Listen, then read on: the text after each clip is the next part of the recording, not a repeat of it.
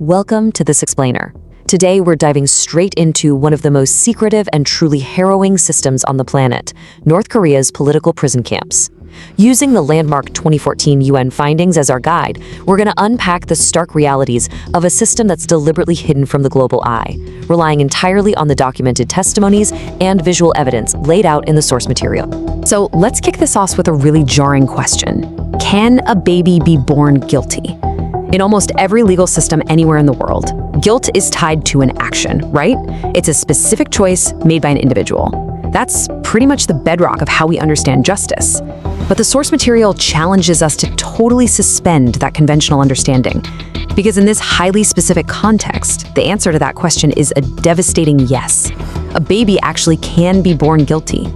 Not for anything they ever did, but for something their grandfathers supposedly did decades before they even existed. And that brings us to this core concept known as yeonjwaje, which translates to the practice of guilt by association. Basically, if the regime decides someone was politically disloyal, the punishment doesn't just stop with them. The state treats that disloyalty like a taint. It's almost like a biological contagion that infects the entire family tree. So you have totally innocent descendants being punished for crimes they never committed. On a practical level, this means the entire trajectory of a person's life is derailed from the exact moment they take their first breath, completely dictated by the perceived political purity of their ancestors. And the really crucial point here is that this inherited guilt doesn't just stop at one generation. It stretches across 3. Imagine your entire life being stripped away because of a whispered complaint your grandfather allegedly made, a perceived slight against the leadership, or just being on the wrong side of a political faction decades ago. That means the accused, their kids, and their grandkids are all swept up and sent to a prison camp together. It's this highly systematic, almost mathematical mechanism designed to ensure total ideological compliance by threatening absolute familial ruin. Now, when you or I hear the word prison, we usually picture a legal process. We picture a judge, a jury, or at the very least, a piece of paper explaining why someone's being locked up. But in these sealed-off zones, justice is completely absent. There's no trial, you don't get a lawyer, there are 0 official charges ever filed. Entire families are often just taken in the middle of the night and removed from society. And for the vast majority of the people sent to these specific political camps, there is no sentence length, there's no release date, there is literally no way out, ever. Part 1, Inside the Total Control Zones. So officially, the North Korean government absolutely denies these places exist. But satellite imagery has completely confirmed these massive complexes. We're talking about places like Camp 14, 15, 16, and 25. Some of these are the size of entire cities with their own perimeters and highly distinct layouts. High-resolution photos from space capture the guard towers, the barbed wire fencing, the logging sites, and the mining facilities. The state insists all of this is fabricated, but the eyes in the sky document a massive infrastructure built specifically to disappear people from the general population. To really wrap our heads around what actually happens inside these fences, we have to look at the story of Shin Dong-hyuk. Now, he wasn't sent to a camp. He was literally born inside one. Camp 14 was the only world he knew from birth.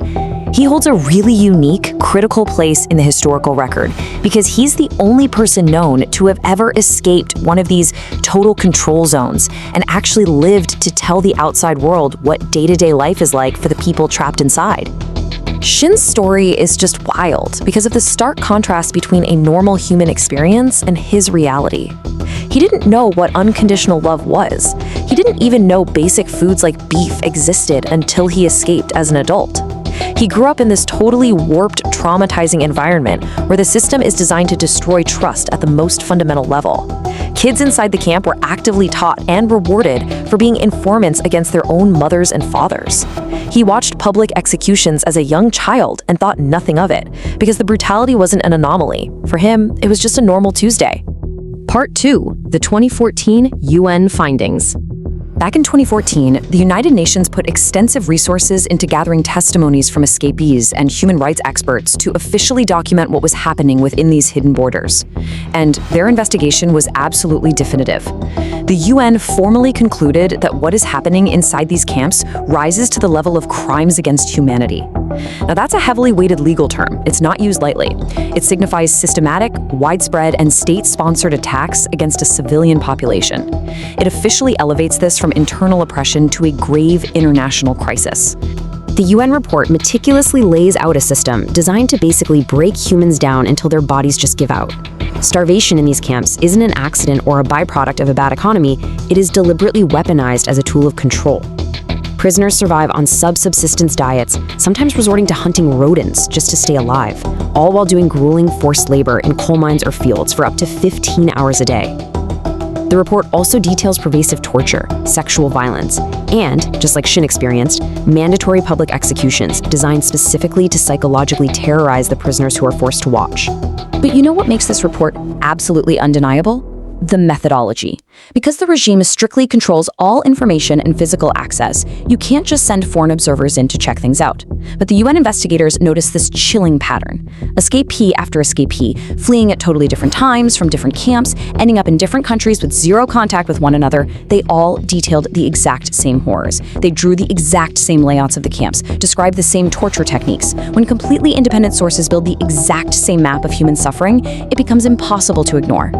Part 3, Not History, Happening Today. So there is this massive, glaring disconnect between what the regime claims and what the sky reveals. When confronted with these UN allegations, official government channels issue absolute, categorical denials.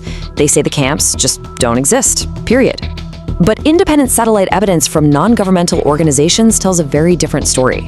Over the years, photographs show these fenced compounds aren't just sitting there. In many cases, they're actually expanding.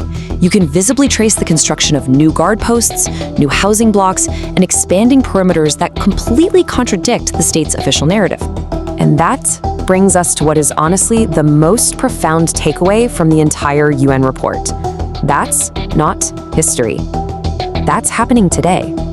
When we talk about gulags, multi-generational punishment, and forced labor, our brains desperately want to categorize all of this as some dark chapter from a bygone era, like reading a history book about the mid-20th century. But that's fundamentally incorrect. The physical camps are still there, the forced labor is actively ongoing, and the brutal mechanisms of control remain fully in place right at this very second. As we wrap up this explainer, I want you to think back to that concept of Yanzhuaje we talked about earlier.